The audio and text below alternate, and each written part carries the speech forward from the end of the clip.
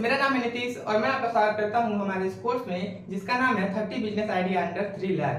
Friend, इस बार हमने जिम्मेदारी उठाई है आपको कम इन्वेस्टमेंट में बड़ा बिजनेस कराने की। तो चलिए आज का नया वीडियो स्टार्ट करते हैं और देखते हैं कौन सा बिजनेस आइडिया आज है आपके लिए जो आपको इम्प्लीमेंट करना चाहिए। फ्रेंड, आज हम आपको बताएंगे कि एक गिफ्ट शॉप खोल के आप महीनों के 1000 रुपए कैसे कमा। तो बात करते हैं कि गिफ्ट शॉप हमें क्यों शुरू करना चाहिए, आखिर इसकी जरूरत क्या है। तो सबसे पहले समझते हैं कि इसकी डिमांड क्या है मार्केट में। तो फ्रेंड, गिफ्ट का जो डिमांड है वो इसमें काफी बढ़ता जा रहा है। जैसे कि लोग एक दूसरे को गिफ्ट देना और लेना काफी पसंद करते हैं आजकल के जमाने में। तो बहुत लोगों का शौक भी होता है गिफ्ट देना, क्योंकि वो दिखाना चाहते हैं भाई हमारे पास है कुछ। बहुत लोगों को गिफ्ट लेना तो सबको पसंद ही है, इसमें तो कोई बात है नहीं।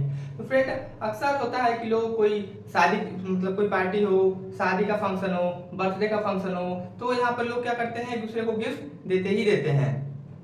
फ्रेंड, जब हम गांव में थे तब इस चीज को हम ध्यान देते थे कि जब गांव में किसी का बर्थडे पड़ता है तो काफी मतलब लोग वहां पे उठते हैं, सेलिब्रेट करते हैं और जिस बच्चे का बर्थडे रहता है उसको गिफ्ट भी देते हैं। बट एक चीज हमने देखा कि महिलाएं इस चक्कर में बड़ा तेज होती हैं। वो देखती हैं कि जिस बच्चे का बर्थडे है, हमारे बच्चे का बर्थडे पड़ा था तो उनके घर से क्या गिफ्ट मिला था, पूरा मतलब सोच देखती है। अगर मिला रहता है तभी उसको गिफ्ट देती हैं, पूरा नहीं देती हैं। बहुत होशियार होती हैं।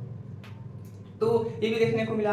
और इसके साथ ये भी देखते थे कि रोज किसी न किसी बच्चे का बर्थडे पड़ ही जाता था। मतलब डेली हम देखते थे, गांव में रहते थे तो डेली किसी के घर किसी न किसी बच्चे का बर्थडे पड़ ही जाता था और उसको गिफ्ट मतलब देना ही पड़ता था। क्या है कि हमारे भारत की जनसंख्या जो इस समय विश्व में नंबर 1 हो गई है। यानी कि अभी पहले चीन था, अब उसको भी पार करके हम लोग सबसे आगे हो गए। लगभग हमारी आबादी 140 करोड़ से ज्यादा हो गई है। तो सीधी सी बात है भाई, ज्यादा लोग होंगे तो ज्यादा लोग का बर्थडे जल्दी पड़ेगा ही। तो उसमें भी लोग बर्थडे में गिफ्ट देना पसंद करते हैं, तो इसलिए भी हमारा बिजनेस आसानी से चल सकता है। इसके अलावा फ्रेंड, शादी एक ऐसा फंक्शन है जो एक इंसान के लाइफ में एक बार तो होना ही है। कई लोग का दो बार भी रहता है, लेकिन नॉर्मली त्योहार मानते हैं होता ही है। तो फ्रेंड, जब भी शादी होता है तो लोग गिफ्ट जरूर देते हैं दूल्हे को दुल्हन को। तो हम ये भी देखते हैं कि लड़के तो मतलब जाते हैं सिंपली गिफ्ट जो देना देकर चले जाते हैं, लेकिन लड़कियां बहुत दिखावा करती हैं, खूब ढेर सारा गिफ्ट लेके जाएंगी। ये नहीं है कि सिंपल देके चली जाएं, वहां जाएंगी देंगी और फोटो खिंचवाएंगी, सेल्फी लेंगी कि हाँ हम दिखाएं कि हम गिफ्ट दिए हैं। तो वो दिखावा वाला पार्ट थोड़ा उन लोगों में ज्यादा होता है। तो इस तरीके से देखते हैं आपकी कोई भी पार्टी होता है तो उसमें लोग गिफ्ट देना पसंद करते हैं, शादी में और बर्थडे में तो देते देते हैं। इसके अलावा सीजनल, जैसे कि मान लीजिए वैलेंटाइन डे आ गया तो इस पर भी लोग गिफ्ट देते हैं। राखी का त्यौहार आ गया तो इसमें अपनी सिस्टर को लोग गिफ्ट देते हैं। तो ऐसे देखा जाए कि नॉर्मली कुछ ऐसे फंक्शन है इस पर नॉर्मली लोग गिफ्ट देते हैं, जैसे कि बर्थडे हो गई नॉर्मल होता है, आता जाता रहता है। और कुछ सीजनली होते हैं, जैसे कि त्योहार आ गया, कोई दिवाली आ गया उस पर लोग गिफ्ट देते हैं, रक्षाबंधन पे गिफ्ट देते हैं, इसके अलावा वैलेंटाइन डे पे गिफ्ट देते हैं। और अब तो अलग अलग ट्रेंड आ रहा है, मदर्स डे पर मदर को गिफ्ट, फादर डे पे फादर को गिफ्ट। यानी कि अगर कोई फंक्शन देखा है तो उसका सीधा सीधा संबंध गिफ्ट से है। तो इस प्रकार अगर हम गिफ्ट सब खोलते हैं और अच्छे से उसको मेंटेन करते हैं तो ये हमारा बिजनेस काफी बड़ा हो सकता है और हमें काफी प्रॉफिट दे सकता है। ये तो हमने समझ लिया कि इसकी मार्केट डिमांड क्या है, इस मतलब इसका लोगों के प्रति क्रेज कितना है। अब दूसरा समझते हैं लोकेशन, कि अगर हम गिफ्ट शॉप खोलते हैं तो हमें कैसी जगह खोलना चाहिए। तो फ्रेंड, गिफ्ट शॉप खोलने के लिए हमें पहले तो ऐसी जगह चाहिए जहाँ पे क्राउड ज्यादा हो, या तो हम मार्केट के बीच खोल सकते हैं जहाँ पे लोग हमेशा आते जाते रहते हैं। तो वहाँ से हमारे गिफ्ट को अगर हम ऐसा कुछ डेकोरेट करते हैं वहाँ पे जो लोगों को आसानी से दिखे तो आसानी से चले आएंगे। तो आसानी से चले आएंगे और हमारे मतलब शॉप पे और अपना सामान या गिफ्ट जो भी लेके जाएंगे तो हमारा प्रॉफिट होगा। तो या तो मार्केट में खोल सकते हैं या किसी ऐसी जगह खोल सकते हैं जो स्कूल या कॉलेज या यूनिवर्सिटी के पास हो। अक्सर क्या होते हैं, स्टूडेंट जो होते हैं वो एक दूसरे को ज्यादा गिफ्ट देना पसंद करते हैं। जो भी अगर स्कूल में एनुअल फंक्शन हो रहा है तो उस पर भी कई लोग की, जब मान लीजिए हाई स्कूल या इंटर में लोग की विदाई होती है तो वहाँ पर भी लोग गिफ्ट देते हैं कभी कभी। तो वहाँ पर भी आपका अच्छा खासा चल सकता है। तो लोकेशन का चुनाव करते समय आप इन चीजों का ध्यान जरूर दीजिएगा कि आपकी शॉप कैसी जगह खुल रही है। देखते हैं इन्वेस्टमेंट, यानी कि अगर गिफ्ट शॉप खोल रहे हैं तो हमको कितनी पूंजी लगानी होगी, कुल हमारा इन्वेस्टमेंट कितना आएगा और कहाँ कहाँ आएगा। तो चलिए इसे समझ लेते हैं हम। यहाँ पे देखते हैं कि हमारा इसमें इन्वेस्टमेंट कितना आएगा। चलिए समझते हैं गिफ्ट शॉप बिजनेस कॉस्टिंग हमारा क्या होता है। देखिए सबसे पहले हमारा है कैपिटल एक्सपेंडिचर जो हमको एक बार करना होता है। तो देखिए इसमें shop, furniture, leather, stool, etc और भी जो इक्विपमेंट होंगे उन सब का खर्चा मान लेते हैं लगभग आएगा हमारा 30,000। इसके अलावा फ्रेंड कंप्यूटर, सॉफ्टवेयर, प्रिंटर यानी कि कंप्यूटर एक हमें चाहिए होगा। उसमें सॉफ्टवेयर वगैरह इंस्टॉल करना पड़ेगा, या इसके अलावा मतलब प्रिंटर या प्रिंटिंग इक्विपमेंट, हमें कभी कभी प्रिंटर की आवश्यकता भी पड़ती है, कोई चीज़ प्रिंट निकालना होता है, तो ये सब का खर्चा मान लेते हैं 30,000। इसके अलावा फ्रेंड हमारा इंटीरियर एंड एक्सटर्नल डिजाइनिंग, कभी कभी होता है डिजाइनिंग हम लोग वहीं पे करते हैं, तो डिजाइनिंग के लिए भी कुछ चार्ज हम लोग रख कर चलते हैं, तो ये हमारा मान लेते हैं, ये भी हमारा हो जाएगा 30,000 रुपये। इसके अलावा सिक्योरिटी के तौर पर हमको जमा करना होगा 50,000 रुपये। जो भी हम रूम लिए हैं शॉप के लिए, तो उसका हमको सिक्योरिटी शुरू में जमा करना पड़ेगा, वो होगा हमारा 50,000 रुपये। इसके अलावा इंश्योरेंस, दुकान का हम इंश्योरेंस करा लेंगे 8,000 रुपये में। इससे क्या फ़ायदा होगा फ्रेंड, अगर दुकान को हमारे कुछ होता है या कोई कभी जल जाती है या कोई और दिक्कत होता है, तो इंश्योरेंस से हमारा फ़ायदा होता है। इंश्योरेंस से हमारा फायदा होता है फ्रेंड कि कभी भी दुकान अगर कभी किसी कारण से जल जाए या फिर किसी और आपदा की वजह से नष्ट हो जाए, तो उसका पैसा हमें मिल जाता है। तो फिर अगर देखते हैं लाइसेंस एंड परमिट, इसका मान लेते हैं 8,000। वैसे जिसमें कोई लाइसेंस लगता नहीं, लेकिन फिर कभी कभी इसको अगर बिजनेस आपका काफ़ी बड़ा हो जाता है, तो या फिर अगला देखते हैं, लाइसेंस एंड बिजनेस, इसका खर्चा मान लेते हैं हम 8,000 रुपये। इसके अलावा मार्केटिंग एंड होर्डिंग शॉप, इसका मान लेते हैं हम 25,000 रुपये। इसके अलावा कॉमन आइटम जैसे कि हमने आपको बताया कि वॉचेज होंगी, सॉफ्ट टॉयज या ग्रीटिंग कार्ड्स या टेडी बेयर वगैरह, इन सब का कास्ट मान लेते हैं, एक बार अच्छे से लाएंगे तो हो जाएगा हमारा 60,000। तो फिर टोटल देखते हैं हमारा आता है 2,41,000 रुपये, ये हमारा है जो हमको एक बार इन्वेस्ट करना है। अब देखते हैं हमारा मंथली बेसिस पे कितना खर्चा आता है। तो देखिए ये हमारा है ओपेक्स, ऑपरेशन एक्सपेंडिचर, ये हमारा है रूम का रेंट, ये हमको देना होता है हर महीने, ये मान लेते हैं हम 20,000 रुपये, ये हमको हर महीने देना होगा। इसके अलावा इलेक्ट्रिसिटी, हर महीने इलेक्ट्रिसिटी बिल हमारा आएगा ही आएगा, वो मान लेते हैं 5,000 रुपये। इसके अलावा स्टाफ की सैलरी, मान लीजिए हमने हेल्पर रखा हुआ है अपने, अगर हम खुद बैठते हैं तब तो ठीक है, मतलब मान लीजिए जब खुद दुकान पर बैठे हैं और अपने के लिए हेल्पर रखे हैं, तो उसका सैलरी मानते हैं हो जाएगा 10,000, यानी टोटल हो जाएगा हमारा 35,000। यानी कि फ्रेंड 2,41,000 हमको एक बार लगाना पड़ेगा और 35,000 हर मंथ लगाना पड़ेगा।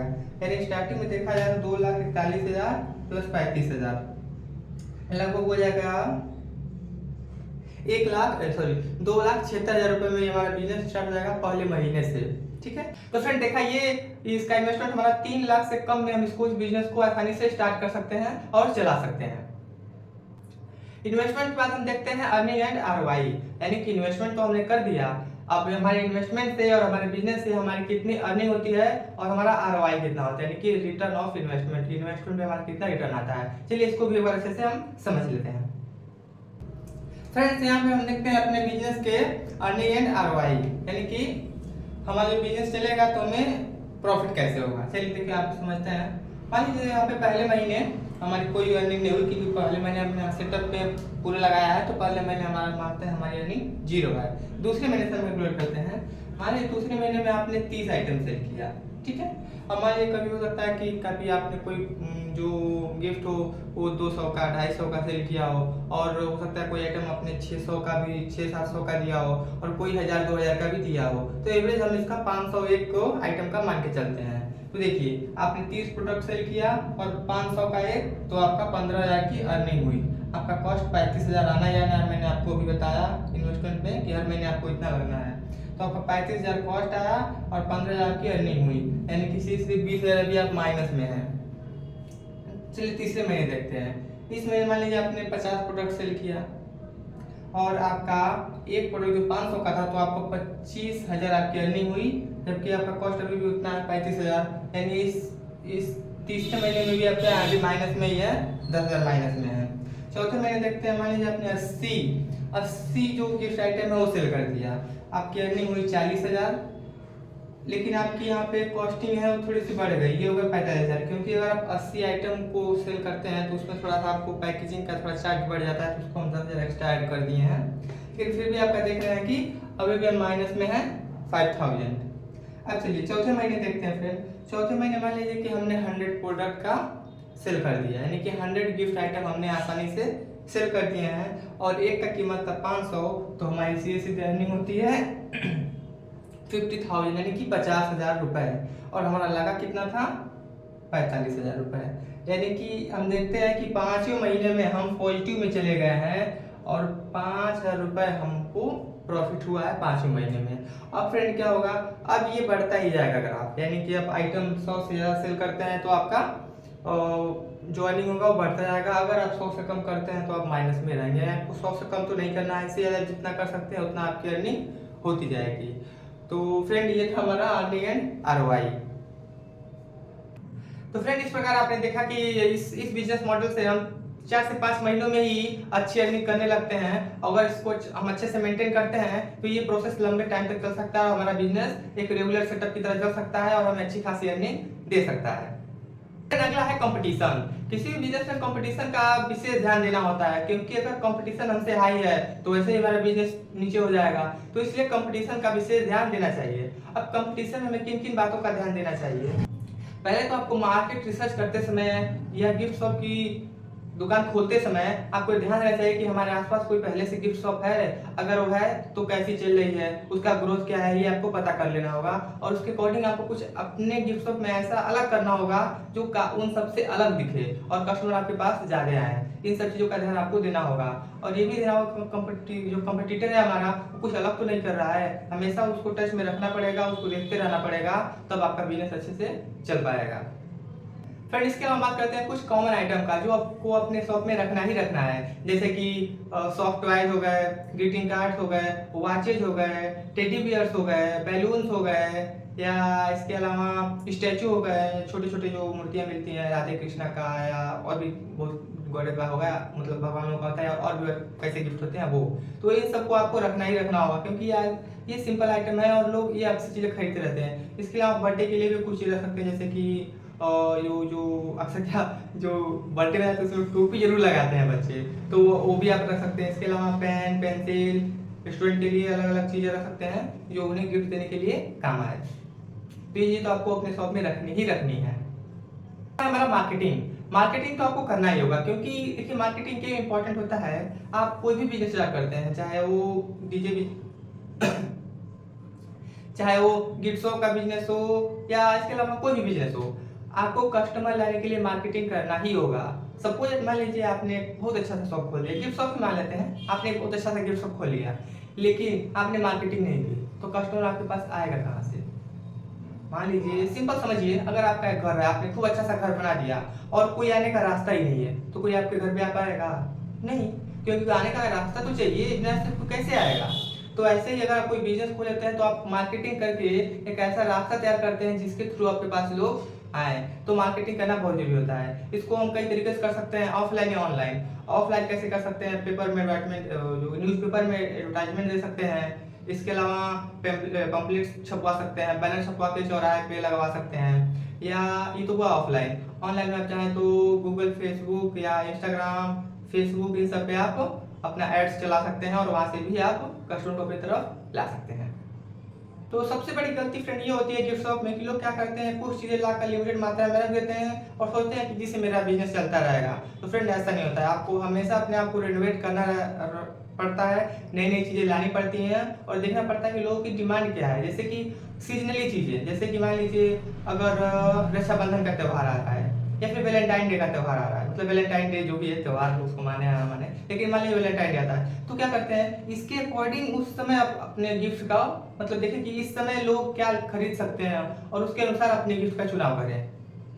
ठीक है, इससे ज़्यादा बेटर होगा। जैसे कि दिवाली में ज़्यादातर तो लोग मिठाइयाँ खरीदते हैं और चीज़ें खरीदते हैं, होली में लोग कलर्स वगैरह खरीदते हैं या फिर कलर से संबंधित और भी कुछ गिफ्ट होता है जो कलरफुल हो वो लोग खरीदते हैं। तो आपको सीजन के अनुसार यानी कि त्यौहार और सीजनली चीज़ें देख कर ही अपने बिजनेस को मेंटेन करना होगा, तो आप इसको काफ़ी हद तक बड़ा कर सकते हैं और अच्छी खासी अर्निंग ले सकते हैं।